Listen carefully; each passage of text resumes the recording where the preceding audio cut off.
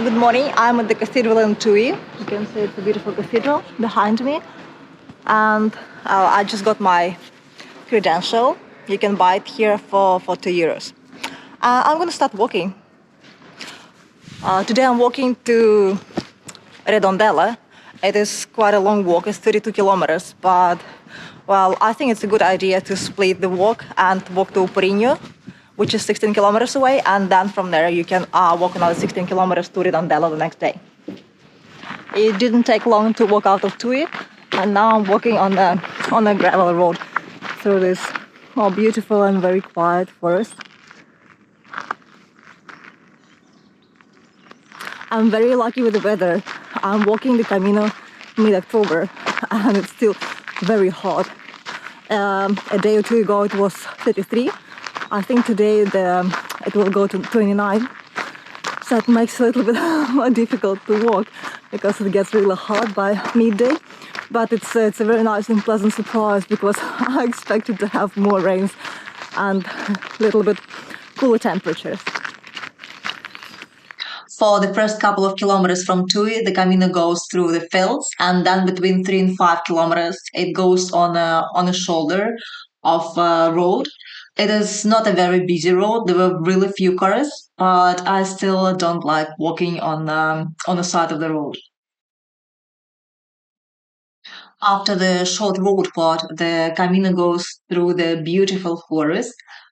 It is a very quiet part and probably my favorite part of the stage. You get to see some old stone crosses and small bridges across rivers and creeks. And yeah, even if it's busy, it feels like a very peaceful walk. And if you take the alternative route, the split at about 8.5 kilometers, the forest scenery will continue pretty much all the way to Porriño. The split comes shortly after this wall. The split is well marked. Unfortunately for me and for other pilgrims, when I was walking it, it was closed. They were busy with some construction there. So I had to take the old route and go through the industrial area. But if it's open or when it's open, I encourage you to take the alternative route. The distance on both routes to Porriño is the same, but the scenery is a lot better on the alternative route than on the old traditional route. Well, I didn't have a choice, and now you can see the kind of scenery I had for almost 4 kilometers, walking through a large industrial area with many cars, many factories. It was a really unpleasant part of the route. But don't worry, the route was closed only for 2 or 3 days, and I don't think it's something that happens really often. Once you're out of the industrial area, you walk for the last 2 kilometers to Porriño along on a sidewalk of a busy road with many cars. So my walk to Porriño wasn't as good as it could be because the alternative route through the forest and along the river was closed. I've walked 15.5 kilometers and I'm now in Porriño. It is a small town and it might be a good stop for people who started the Portuguese Camino in Tui, who want to walk the last 100 kilometers. I'd say it's a decent distance for the first day, and there are a couple of albergues and guest houses. Yeah, I think, well, if you're just starting walking your Camino, it's just take it easy. Maybe stop in Porriño, rest, and the next day continue walking to Redondela, which is another 16 kilometers. I must say the route marking in Porriño is lacking a little bit, but you just follow from the small chapel. You just follow a pedestrian street, and you'll see occasional yellow arrows pointing in the right direction. Porriño is 102 kilometers from Santiago. So if you want to walk the last 100 kilometers, it's possible to start in Porriño and not in Tui. Tui is 119 kilometers from Santiago. So you can make your pilgrimage shorter and walk almost exactly 100 kilometers. It's not a very safe road crossing. Well, we're supposed to cross on that side, and it is like some sort of a highway going on here, and there is no traffic light or pedestrian crossing. So I guess we just all ran across the road.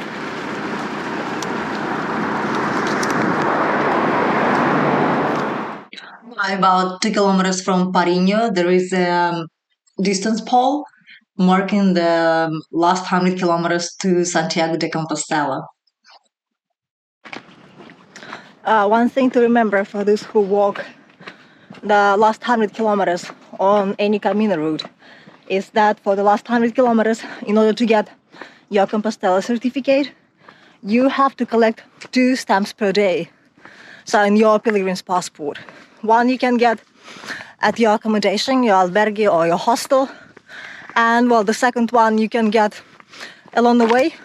Most restaurants or bars in the last 100 kilometers, they have their own stamps. Here you can see I stopped for lunch at a restaurant and they had a stamp, so I could put another stamp into my credential. Mos is 22 kilometers from Tui, and I actually think it's quite a good place to stop, maybe, on the first day of the Portuguese Camino from Tui. And I like it a lot more than Porriño. It's a lot smaller, but the place is really beautiful, and the location as well. It's in the mountains. I'm still gonna try and walk to Redondela. It is another 10 kilometers, and it sounds like I'll get quite a steep uphill for the next 4 kilometers, and then it will be downhill all the way to Redondela. I've walked 28 kilometers, and I think I have less than 4 kilometers to Redondela, and now it's a really nice walk through this beautiful forest. Very quiet in here. So a very nice ending of a long day on the Camino Portuguese. I have arrived in Redondela. The walk was 31.5 kilometers. Yes, and well, it's a nice town. And what can I say? I think for the first day, if you start your walk from Tui, almost 32 kilometers, it's a bit too much. So I would split it or stay in Porriño, which is 16 kilometers from Tui, and then the next day continue to Redondela. So, and well, I'm done for the day. I'm quite happy. And well, tomorrow I'm gonna walk from Redondela to Pontevedra. Luckily, it's a shorter walking day, around 20 kilometers.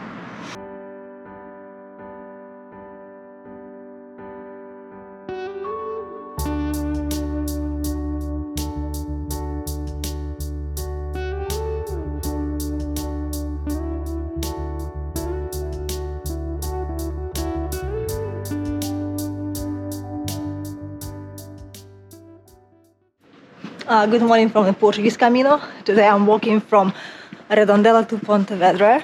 I think it's around 20 kilometers.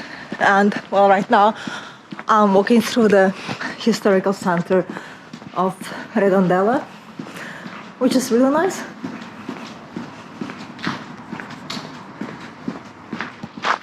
Four kilometers after Redondela, and I'm walking again in this beautiful and quiet forest. Forest part of the Camino de Santiago here in Galicia. I think it's my favorite part. Oh, the first 5 kilometers from Redondela, the Camino goes through the forest and the countryside. At the beginning of the walk, there will be a steep hill. First, you go up about 140, 150 meters, and then you go down 100 meters. A little bit more on how to find the Camino route. So you don't have to worry about it or use any GPS navigation. The Portuguese Camino from Tui is well marked.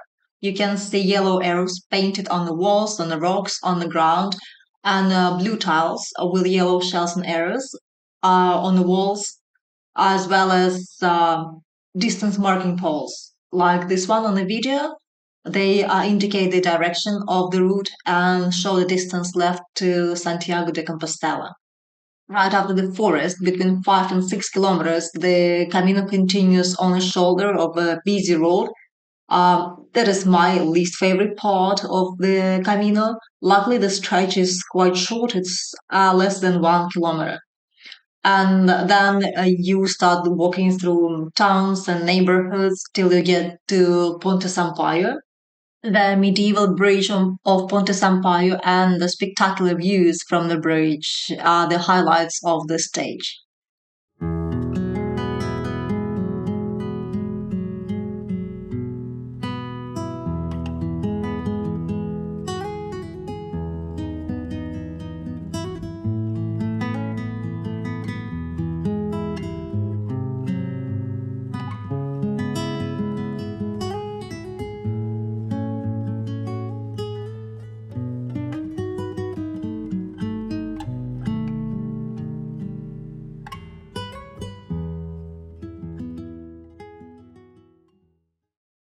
On the Camino from Tui, you often see these spontaneous food stops where locals they just drive somewhere and put a stall in the middle of nowhere and they offer some drinks and snacks and they usually have a stamp.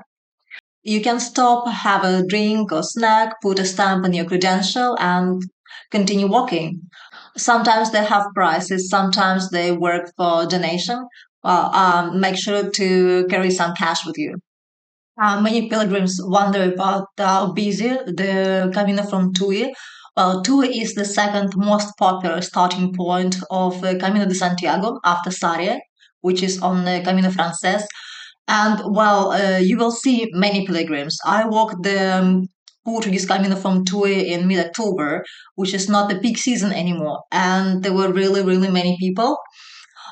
Usually, I started a bit later in the morning when most pilgrims had already been gone. But then by midday, I would catch up with them. And like you can see on this video, last kilometers to Pontevedra, there were really many people. It looked like some sort of a parade. So just be ready to see many pilgrims on the route.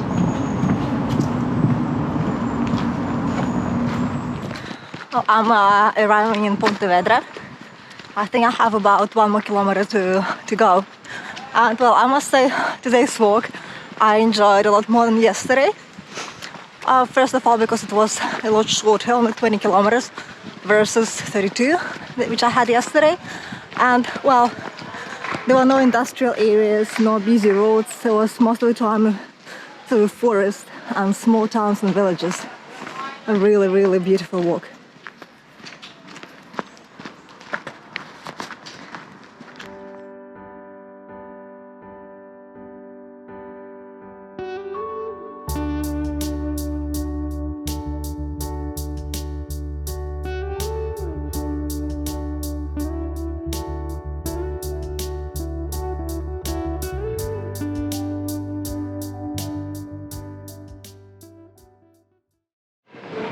Today I'm walking from Pontevedra to Caldas de Reis, and well, I'm starting a little bit late. I think all the pilgrims probably already arrived in the town, but I just started walking from Pontevedra. After about 1 kilometer of walking through the city of Pontevedra, I'm out of the city in the countryside. In Galicia, on any Camino route, you can see this signs that mark the distance to left to Santiago, and well, I have just over 64 kilometers left. After 3 kilometers from the cathedral in Pontevedra, I arrived to the split. It's the Portuguese Camino route splits into two routes. The main route continues to the right, and there's an optional route which is called the spiritual variant or Variante Espiritual that takes you to the coast. I really like walking the spiritual variant, and I've done it twice already. But yeah, today I'm just going to continue on the main Portuguese Camino route.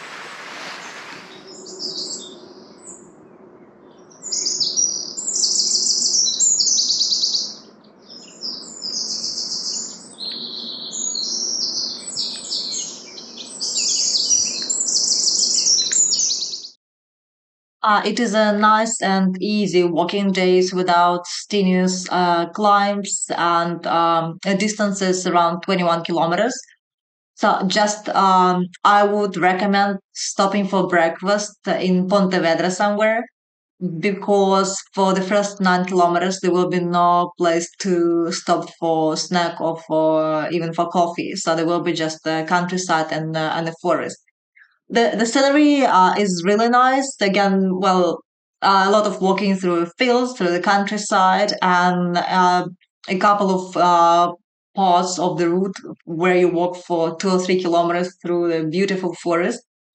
Well, I really enjoyed the walk. Just remember to have breakfast in Pontevedra before you start the Camino.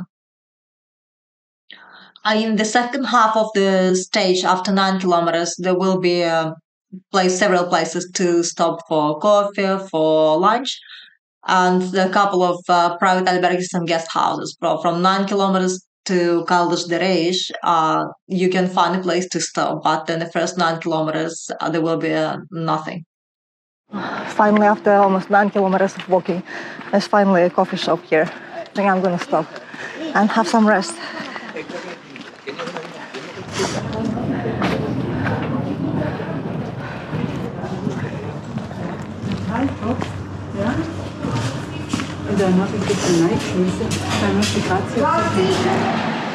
Café con leche and pastry is well needed on the Camino de Santiago. On the Portuguese Camino in Spain, you often can see the stone crosses. They're one of the symbols of Galicia, and it says there are more than 10,000 of them in the area. Some of the crosses date back 100 years, some of them are new.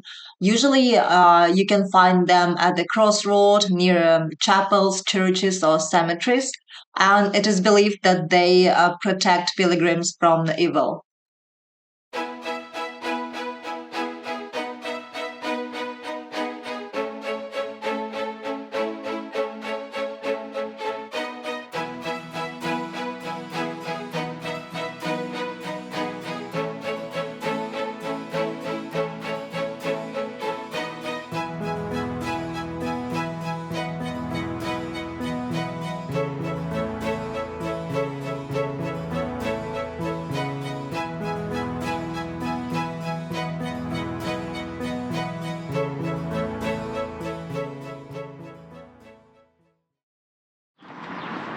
I'm walking into Caldas de Reis.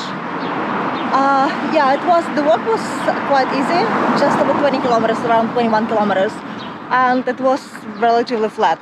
So I'm done for the day. Now I'll just find accommodation and something to eat.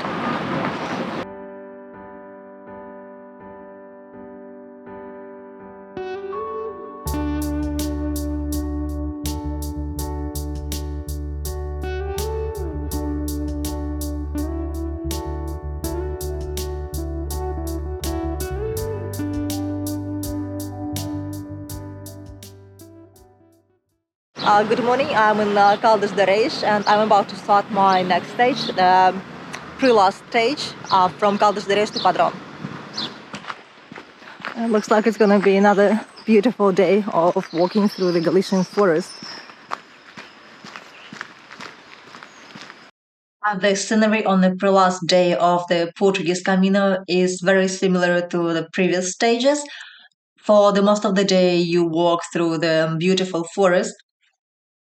From time to time, the Camino goes through the villages. There you get to see stone crosses again. And well, overall, the route is marked very well. You see distance poles showing the distance left to Santiago. And the walk is quite easy. It's only 18 kilometers. I would say it is the easiest walking stage of the central route. For that reason, some pilgrims don't stop in Padrón and decide to walk on to get closer to Santiago de Compostela in order to make their last day shorter.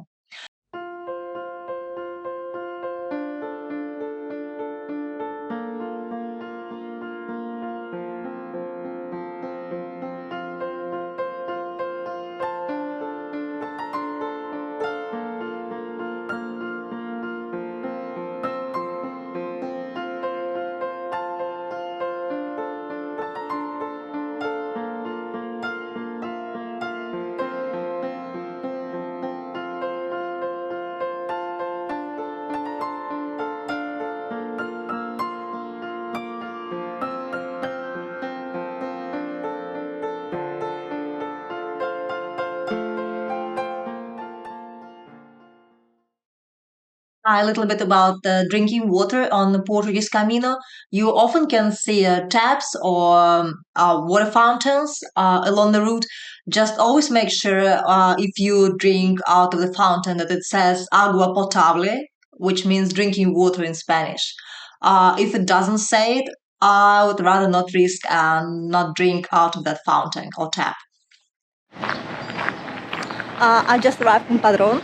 Today's walk was just over 18 kilometers, 18.3 kilometers.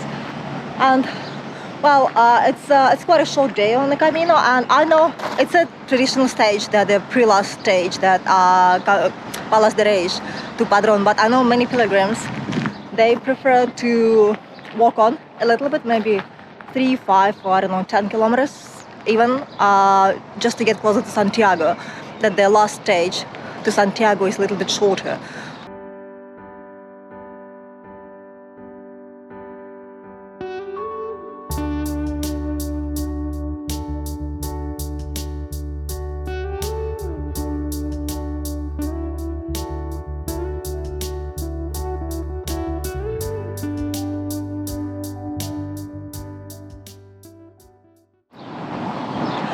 Good morning, I'm in Padrón, and I'm about to start the last stage of the Portuguese Camino, Padrón to Santiago. Very exciting, finally. It's a very nice sunny day here in Galicia, and I think the walk is about 24 kilometers. The first 3 kilometers from Padrón were along a busy road, like a highway, and now finally the Camino turned off. Now we're walking through the countryside. Looks like there's a nice hostel here, about 5.5 kilometers from Padrón. The Lagar de Jesus, well, hostel albergue. If you want to make your last day a bit shorter, instead of staying in Padrón, you can walk on another 5 kilometers and stay here in this albergue. Then your pre-last day from Caldas de Reis will be about 23 kilometers, and your last day to Santiago will be less than 20. Well, another option for the pre-last day, for the walk from Caldas de Reis to stop in this place. It's about 6.5 kilometers from Padrón. It's Escravitude. It's a very small place where there is an albergue and a hotel and a shop and a couple of restaurants. So then your previous day walk will be 24.5 kilometers, and for the last day it will be less than 19 kilometers.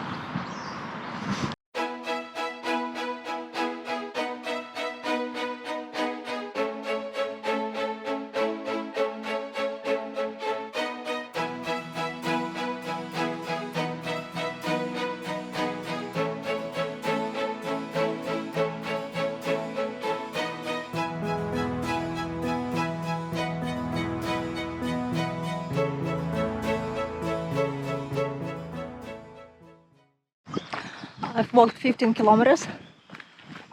Yes, and according to the last sign, I still have 11 kilometers to go, which gives a total of 26. And actually, I was quite sure it was 24 from Padrón to Santiago. But anyway, the walk was nice. There are quite a few ups and some downs, and well, the scenery is just a mix of everything. There was a little bit of walking next to the road and through small villages and a forest, which is my favorite part of the Portuguese Camino. Well, and I think the closer to Santiago I get, the more villages and towns will be on the way. And I'm very excited to finally to arrive in Santiago. It's always the last day. It's always very, very exciting and a little bit nervous. There is a sign with a distance, and it says I have 5 kilometers to, not to Santiago, not to the city, to the cathedral actually. Wow, I can't believe it. In 1 hour, maybe in less than an hour, if I walk fast enough, I will be at the cathedral In Santiago after almost 24 kilometers, I think.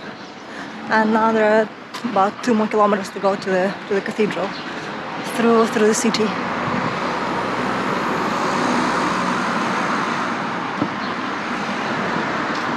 Getting very close to the cathedral.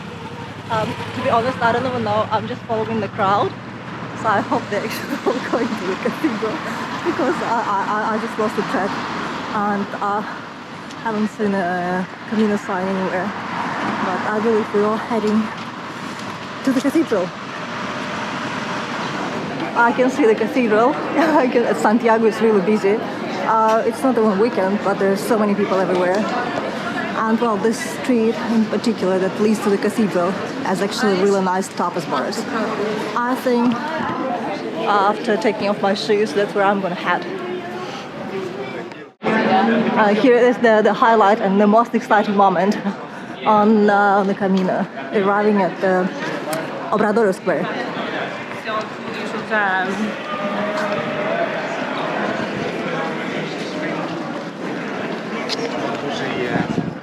Work with him.